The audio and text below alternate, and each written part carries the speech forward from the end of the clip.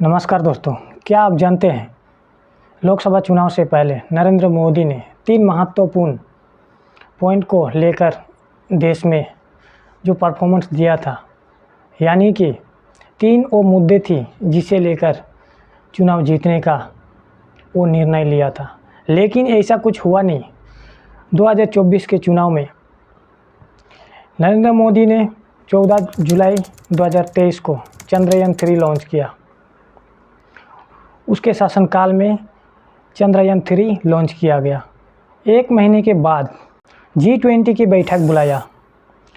3 महीने के बाद 22 जनवरी 2024 को अधूरा राम मंदिर का उद्घाटन किया।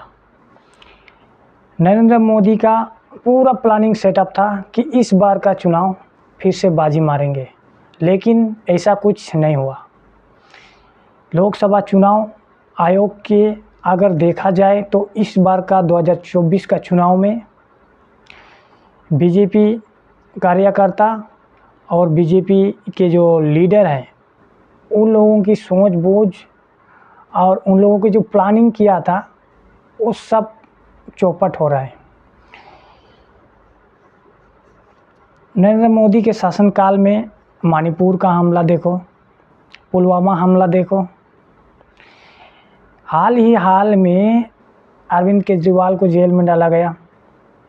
इन तमाम मुद्दे पब्लिक को एक तरफ से संदेश भेज दिया और अधूरा राम मंदिर का भी उद्घाटन एक पब्लिक को संदेश भेज दिया कि थोड़ा डिस्टर्ब हो रहा है हमारे देश में। एक पक्ष देखो, अधूरा राम मंदिर के उद्घाटन के समय बीजेपी पक्ष में जो बुजुर्ग पुजारी जो लोग थे, उन लोगों ने अपना पक्ष नरेंद्र मोदी की तरफ रखा और दूसरी ओर दूसरे बुजुर्ग जो कि हिंदुत्व को बहुत ही महत्वपूर्ण और बहुत ही कमांड संभाले हुए हैं हमारे देश में, उन लोगों ने दूसरा पक्ष रखा।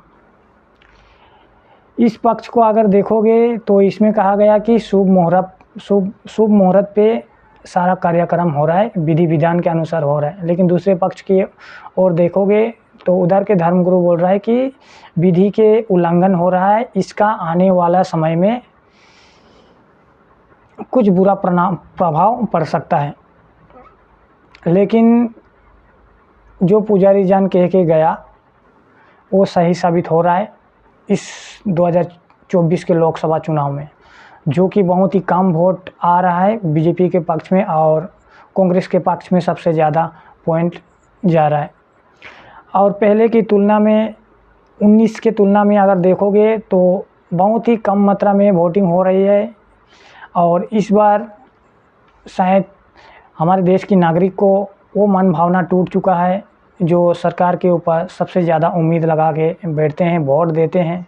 लेकिन ये उम्मीद टूटने की वजह से हमारे देश की नागरिक में इसलिए वोट देने की संख्या में कमी दिखाई दे रही है।